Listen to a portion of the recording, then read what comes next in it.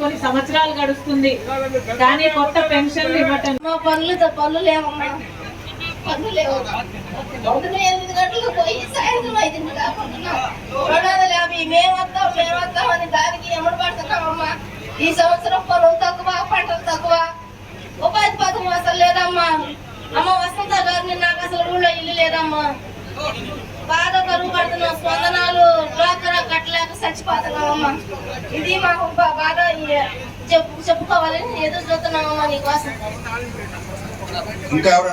పనులు లేవమ్మా, వారం రోజులు అయ్యి, పోయిన సంవత్సరం కూడా వారం రోజులు అయ్యి. పిలిచిన వాళ్ళకి రేపు లేదు, రేపు పిలిచిన వాళ్ళకి ఒక్కొక్క రోజు ఉంటుందా, అట్లాగా పనులు లేవు. ఎక్కువ తింటున్నాం, ఒకరికొకరు పనులు లేక, స్పందనాలు కట్టలేక. అదమ్మా జరుగుతుంది. కరువు వచ్చేసిందమ్మా, దేశానికి కరువు వచ్చేసింది. మహానుభావుడు పనికి పోతున్నామే కానీ ఖచ్చితంగా 5-6 రోజుల మీద తప్ప నుంచి మాకు వేరే పని చెప్పరండి.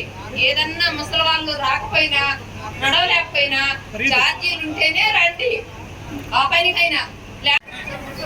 మాట నుంచి వచ్చాను మేడం, ఉపవాసాల నుండి కూడా వచ్చాను మేడం. మా కడుపు పని పెట్టట్లేదు. పోయిన సంవత్సరం 4 వారాలు ఏమో పెట్టారు మేడం, ఈ సంవత్సరం అది కూడా లేదు. ఏమన్నా పనికి వెళ్ళాలన్నా ఒకవేళ ఆటో చేసి రాని ముక్కలు పోని ముక్కలు మేము ఇస్తే తీసుకెళ్తున్నారు, లేకపోతే లేదు. మాకు అసలు జరగట్లేదు మేడం. ఈ సంవత్సరం పని లేదు. లేదు మేడం. పోయిన సంవత్సరం ఎన్ని రోజులు ఉందమ్మా? 4 వారాలు ఏమో పెట్టారు మేడం, అంతే. 4 వారాలు. ఇంకో చెప్పాలని అంత దూరం నుంచి వచ్చారు మేడం. అది వెళ్ళారు మేడం. ఆమె కాదు, చిన్నపిల్లలకి బయటపడ్డారు, హై స్కూల్ సెలవు ఇచ్చారు. ఏడుస్తున్నా ఉన్నా మేడం. అసలు నాన్నగారు అంటే నాకు చాలా అభిమానం మేడం. మా నాన్నగారు కూడా నాన్నగారికి అభిమానం మేడం.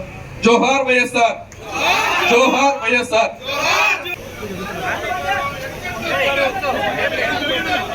చేరి వచ్చిన ప్రతి అన్నకు, ప్రతి తమ్ముడికి, ప్రతి అక్కకు, ప్రతి చెల్లికి, ప్రతి అమ్మకు, ప్రతి అయ్యకు మీ రాజశేఖర రెడ్డి బిడ్డ శిరస్సు వంచి చేతులు జోడించి మనస్ఫూర్తిగా నమస్కరించి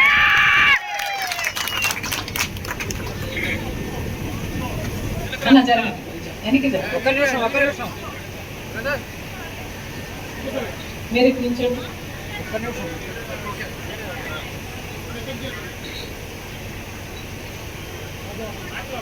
మీ అందరికీ తెలుసు రాజశేఖర రెడ్డి గారు. అందుకే రాజశేఖర రెడ్డి బిడ్డ వస్తుంది అంటే చూడాలి అని, వినాలి అని ఇంతమందిగా వచ్చారు. రాజశేఖర రెడ్డి గారి గురించి నేను ప్రత్యేకంగా మళ్ళీ మీకు చెప్పనవసరం లేదు. 5 సంవత్సరాలు మాత్రమే ఉన్నాడు రాజశేఖర రెడ్డి గారు ముఖ్యమంత్రిగా. కానీ 5 సంవత్సరాలలో ముఖ్యమంత్రి అంటే ఎలా ఉండాలో అంత అద్భుతంగా పనిచేసి చూపాడు రాజశేఖర రెడ్డి గారు. ఇప్పటికే మన రాష్ట్రాన్ని జగన్మోహన్ రెడ్డి గారు, చంద్రబాబు గారు ఇద్దరు కలిపి 11 లక్షల అప్పుల కుప్ప చేశారు. కనీసం ప్రభుత్వ ఉద్యోగస్తులకు జీతాలు ఇచ్చుకోవడానికి దగ్గర కూడా మన రాష్ట్రం దగ్గర డబ్బు లేవు. ఇలాంటి పరిస్థితిలో ఇప్పుడు ఉపాధి హామీకి అయ్యే ఖర్చు కూడా ఇక రాష్ట్రాన్ని పెట్టుకోమంటే రాష్ట్రం పెట్టుకోదు, ఉపాధి హామీ పని ఇవ్వదు. ఇక రాష్ట్రానికి ఉపాధి హామీ పని ఇవ్వదు కాబట్టి కేంద్రం ఇచ్చే 60% పని ఇవ్వాల్సిన పని కూడా ఉండదు. ఇది వీళ్ళ స్కీమ్. అంటే మొత్తానికి ఉపాధి హామీ పనిని గుండు సున్నా చుడుతున్నారన్నమాట. బీజేపీ కూటమి సర్కారు మొత్తానికే ఉపాధి హామీ పని అనేది లేకుండానే చేస్తారు. ఇప్పటికే ఉపాధి హామీ పనిని ఎన్ని తూట్లు పొడిచాలో అన్ని తూట్లు పొడిచారు. 100 రోజులు పని ఇవ్వటం లేదు. ఒకవేళ తక్కువ పని 50 రోజులు పని ఇచ్చినా 50 రోజులు పని చేస్తే 20 రోజులకే పేమెంట్ పడుతుంది. ఆ పేమెంట్ పడ్డం కూడా 3 వారాలు పడుతుందో, 4 వారాలు పడుతుందో, 2 నెలలు పడుతుందో ఎప్పుడు దిక్కు లేకుండా ఉంది. కనీసం ఈ సంవత్సరం తీసుకుంటే ఈ ప్రాంతం వాళ్ళే చెప్తున్నారు అసలు ఈ సంవత్సరం ఉపాధి హామీ పని పెట్టనే లేదమ్మా అని. ఎందుకంటే చంద్రబాబు గారు ఇప్పటికే 400 కోట్ల రూపాయలు బకాయిలు పెట్టారు కాబట్టి ఇప్పటికే డబ్బులు ఇవ్వలేదు, ఇవ్వాల్సిన డబ్బులే ఇవ్వలేదు. ఇది వరకు పోయిన సంవత్సరం తీసుకున్న ఉపాధి హామీ పనికి రాష్ట్రానికి ఖర్చు అయింది కేవలం 500 కోట్లు మాత్రమే.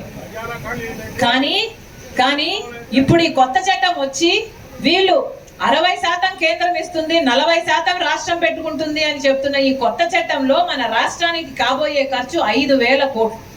అంటే పాత చట్టంలో 500 కోట్లు ఎక్కడ, ఇప్పుడు అయ్యే 5,000 కోట్లు ఎక్కడ, అంటే 10 ఇంతలు ఎక్కువ అవుతుందన్నమాట. చంద్రబాబు గారు పెట్టుకుంటారా? పెట్టుకోలేరు, ముమ్మాటికి పెట్టుకోలేరు. ఇప్పటికే ఉపాధి హామీ చట్టానికి డబ్బులు ఇవ్వండి అని కేంద్రం చుట్టూ తిరుగుతున్నాడు చంద్రబాబు గారు.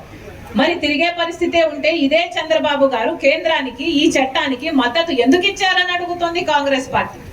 అసలు చంద్రబాబు గారు సమాధానం చెప్పాలి, కూటమి సర్కారు సమాధానం చెప్పాలి. అసలు బీజేపీకి మన రాష్ట్రం నుంచి ఎందుకు మద్దతు వెళ్తుందో చెప్పండి. బీజేపీ మన రాష్ట్రానికి ఏం చేసిందో చెప్పండి. బీజేపీ మన రాష్ట్రానికి ఏం మేలు చేసిందని అందుకు ప్రతిఫలంగా మీరు మద్దతు ఇస్తున్నారో చెప్పండి. మీ స్వార్థ రాజకీయాల కోసం మీరు చూసుకుంటున్నారు తప్పితే ప్రజలకు ఏం మేలు చేసిందో బీజేపీ ఒక్క మాట అంటే ఒక్క మాట చెప్పండి. సంవత్సరానికి 2 కోట్ల ఉద్యోగాలు ఇస్తామన్నారు. మన రాష్ట్రానికి ఎన్ని కోట్లు ఇచ్చారండి?